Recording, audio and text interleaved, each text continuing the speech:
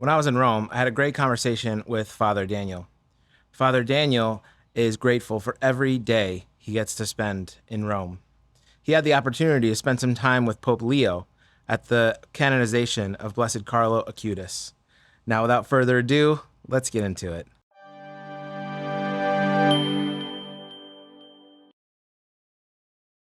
So I'm here with Father Daniel. I won't try to pronounce your last name, Yes. but yeah, if you could. My name is Daniel Irudayanadhan and my surname is Vincent. Actually, in Ah. India, in my state, we don't have the concept of surname. Oh wow. Okay. Uh, it is an initial, it is my father's name. So when I came to Italy, when I came to Rome, my father's name became my name. So it Okay. is like I'm carrying my father's name and Okay. so, see. So Wow. I go by Daniel. Okay. Yeah. Yes. Yeah. Danielle Vincent. That Yes, sounds like yes, an yes. Italian, an Italian guy. Great. Can you tell us a little bit about your vocation story? What sparked your call to the priesthood? Okay, my occasion story, uh, it was not very dramatic, so to say. Just like any other person who is called for priesthood, I was an altar boy before. Oh, okay. And during my time as an altar boy, I had an inclination towards to become a priest. But it was not rooted. I did not have a good reason why I should become a priest because there were also other options, and my friends, they were always saying I should do this course, that course, and there were a lot of options available. But once I finished my schooling, I wanted to give a try. And the one way that I gave a try was with prayer. And I met my parish priest and I said, I have an interest to join for priesthood, but I'm not sure. So he said, no one is sure to join for priesthood. You have to give a try. And if God calls, he calls. Yeah. So I joined my minor seminary. And once I joined my minor seminary, it was also a time of confusion. Yeah. I was really happy and I was doing good in studies. And I started asking my rector, what is the proof that God has called me? Because I'm happy. I'm eating well, I'm sleeping well, I'm studying well, I'm happy with the community. But I'm not sure that whether God has called me or not. And the phrase that he told, the answer that he gave me changed my life forever. He said, if you're happy, it means that God has called you. If you're happy, God has called you. And from that day onwards, I became serious in my occasion. Wow. And all the things that I did, the ultimate end was I have to serve God and I have to serve the people of God. And I did my graduation and my major seminary studies. Welcome to the rooftop of the Pontifical University of the Holy Cross in Rome. I invite you to join me this October 12th through the 16th on pilgrimage. We'll visit St. Peter's Basilica, walk in the footsteps of St. Francis in Assisi, and learn from world-class professors here at the university. Go to puhcf.org/Rome to sign up. Spots are filling up very fast, so please go there today. Ciao. During my regency, I was under the then Archbishop of Bangalore, Most Reverend Bernard Morris. He was a very fatherly figure for us. Because as a youngster, I was very inquisitive. Yeah. And if it was a small parish, it was okay. But it was the entire diocese I had doubts about. And whenever I asked doubts, he was patient enough and he asked me to sit down. And he used to explain each and everything. So it was a great gift for me. And from then, my journey towards priesthood, it is not one particular incident, but a series of incidents. Because each and every person that I met, they have given me, they have contributed their quality, how I have to be, how I have to serve God, and how I have to treat people. So my journey towards the priesthood is not one incident, but a series of incidents. That's great. And one particular incident that I want to share is during the COVID. Yeah. During the pandemic, what happened was I was also affected with COVID. Okay. My family was affected with COVID. And I was in my diaconate, and the ordination dates were also fixed. And at that time, I was confused. I was thinking, is God giving me a mixed signal, or Yeah. what's going to happen? I did not know, because the dates kept on shifting. My bishop was also helpless. And at that particular point of time, my spiritual father said, if God wants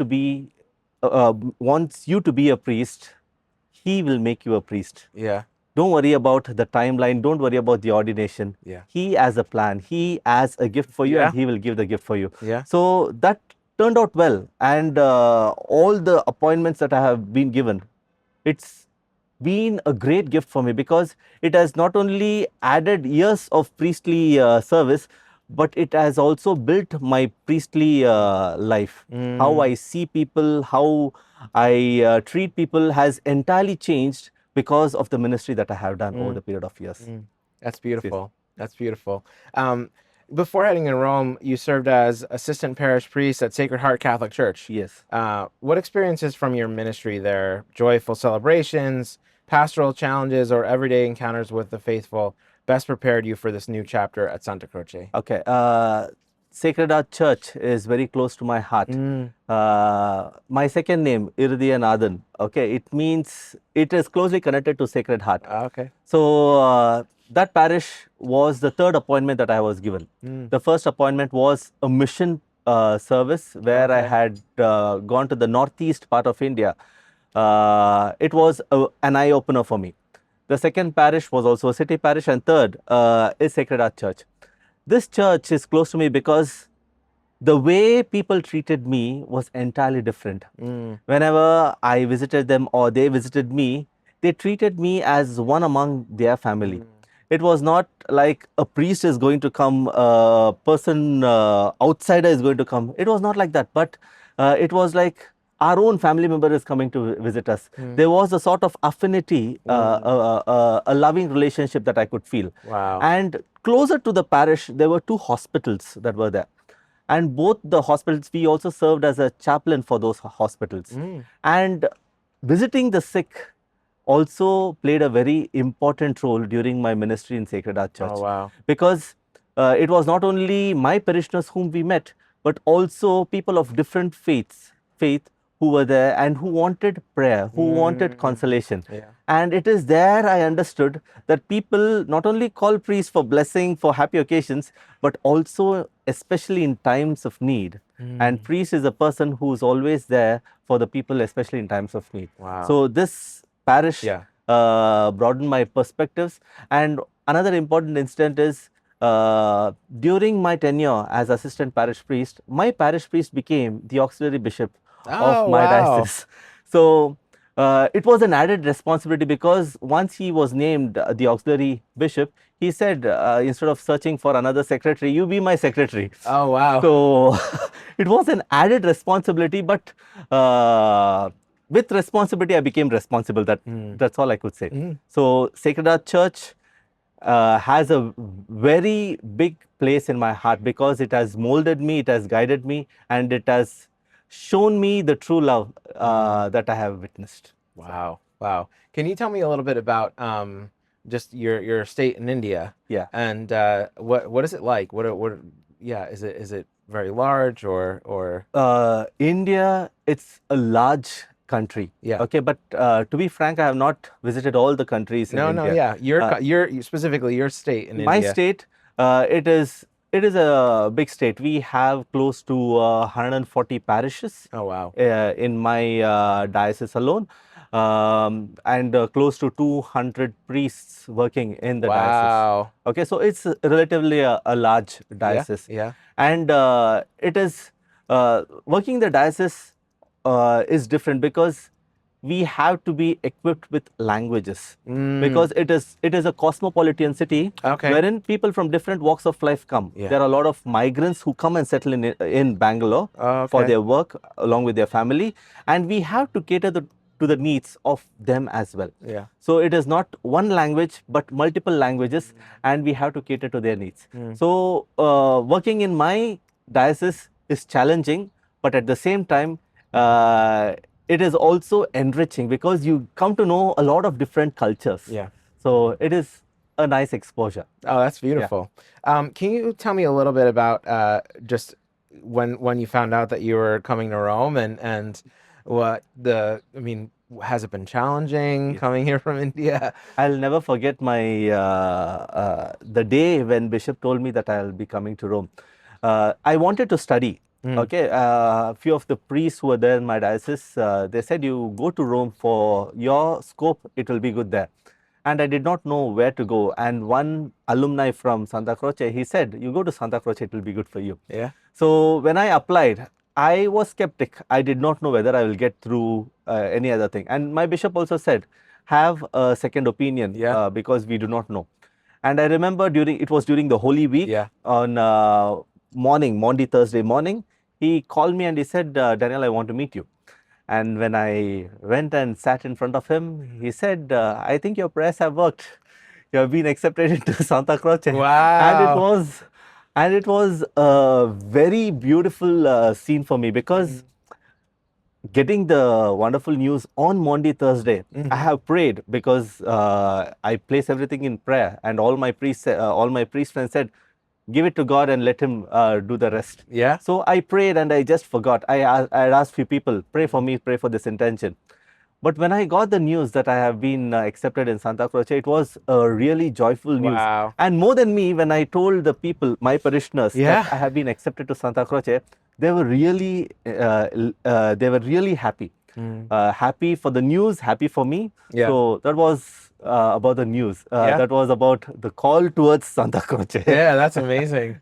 Yeah, I know it's just such an exceptional school too, and every alumni that I've spoken to has had an incredible experience. So I'm sure that that's what you were hearing from your friends. What are you studying here?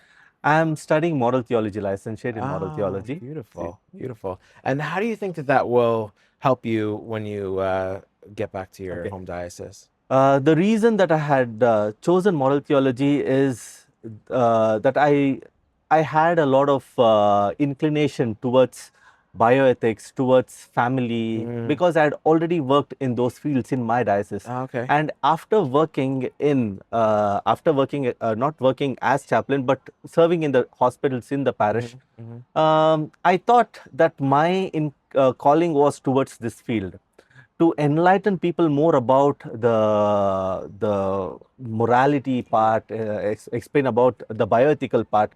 And when I was in the parish, I was also in charge of the youngsters, and the questions that they used to pose to me were very difficult for me, because for me, I was not able to accept certain questions, certain ideas or mentality of theirs. And when I used to say, Father, you are not in our stream, you do not have our mindset. So I was always confused. And when I spoke from the church point of view, it was not acceptable for them. So I thought this field will very much help me to enlighten myself first. Yeah. And also enlighten the people who are around me, especially in my diocese, the youngsters particularly, about the beginning of life, the end of life. These are the things that are most confusing for them. So I want to help them understand and help them to follow the norms of the church, understand church. It is not the rules and regulations, but loving the church that is more important. So it will be helpful for me in the diocese. Yeah. Speaking of loving the church here in Rome, what does it mean to you to be here in Rome and so close to the Holy Father, particularly? It's a dream come true, I would say. During my seminary days, I had a professor who was a professor here in Urbaniana. He used to come part-time and teach us. Okay. And when he taught us the Vatican II document, I read a document, not the document, a book which says the behind the scene, what happened behind the screens. So they say after all the council meetings were over, the cardinals and the priests, they used to visit some of the dineries, and they used to discuss what happened during the day. So whenever I am here in Rome, I know that I am in the heart of Rome. When I walk the streets, I think that one or two cardinals might have entered this eatery and they would have discussed one of the most beautiful documents, the constitutions. Wow. So being in Rome is being closer to God himself. Yeah. Because we have read in the Bible, we have read the church history, but being in a historical place, it has strengthened my faith itself. Okay, and being closer to the Holy Father, it's himself, the person of faith. I remember the first time when I had an encounter. I landed in Rome. I think 1 week further down, we had the canonization of St. Carlos Acutis. Ah, beautiful. And it was the first time that I had an encounter with the Holy Father. Wow. And all the time seeing the Holy Father in YouTube, on Yeah, laptops yeah, and yeah, iPads. yeah. But for the first time seeing directly, it was an emotional moment for me. Wow. And the first thing that I did was I dialed my friends in Rome, the priests who were back in India, and I said, "See, I'm with the Holy Father now." So it has been a dream come true for me. Yeah, And every day has been an exceptional day, because I'm creating memories, because once I finish my studies, I do not know whether I'll come back or not. Right. But every day I'm creating memories. Yeah. And even down the memory lane, when I look back, I think it will be a happy memory for me. Yeah. Has it deepened your priesthood? Yes, of course. Yeah. Because each and every, the house where I stay, Altomonte, we have close to 65 priests staying together. Yes. And each person contributing, personally speaking, there are ups and downs in life. And it is the same in priestly life. Yeah. And when we speak about certain things, when we sit for meals and when we discuss about certain things, the inputs that they give, it strengthens us. It has strengthened me a lot, because there are confusions, there are moments of confusion, moments of problems. When I discuss these things with my fellow priests, they say, "It is nothing, don't worry. We all go through this." And one point that they always say is, "Pray, pray." So I think prayer is the universal call to priesthood. And each and every moment that I'm staying here, I think it has strengthened my priesthood a lot. Meeting people, meeting priests from different countries, giving their culture to me, I think it has strengthened me a lot. Yes, I would agree. Thinking back to your first day, either, I mean, when you arrived at Altomonte or your first day of classes here at Santa Croce, what was one thing that immediately stood out to you? The first thing that stood out to me was the welcoming atmosphere. Okay, the professors, the students. I did not know anyone. I think I'm the only one from my diocese studying here. Even from my state, no one is studying here. Wow. And I thought I'll be all alone. I will not know anyone. But the way the faculty and the students made me feel was something very different. And I have heard a lot about other universities, but this university is very special for me, because the way the professors treat the student, it is not hierarchical, but in a very friendly manner. Whether I have doubts, whether I have any problem, when I address those things to my professors, they are welcoming and they try to clarify, they try to sort it out. They don't create any huge problem for me. So it has become like a family to me. So it was a very good the first day was a very beautiful day for me. I still remember I walked inside and I sat in the Aula Magna, and they started speaking. I did not understand anything. And I told the person who was there, I don't understand. Don't worry. I also did not understand. We are sailing in the same boat, but we will learn. Yeah. So it was a very memorable day for me. That's awesome. Yeah. That's awesome. Have you had, you spoke a little bit about the canonization of Carlo Acutis. Have you had any encounters with Pope Leo? Unfortunately, not the yet. personal Okay. encounter, but I hope and pray that before I finish my studies, I will have an audience with him. Yeah. It will be a blessed moment for me. Yeah. Yes. Very cool. Well, thank you so much, Father Daniel. We really appreciate you taking the time to do this, and continued prayers for your ministry and for your diocese. I also would like to thank the benefactors. Yeah. I know giving to the church is a great joy, and it is also difficult. Yeah. And I thank all the benefactors who have rendered their support for helping us fulfill the dream. Yeah. Coming here to Rome is not a small feat, because if they have not contributed, we will not be there.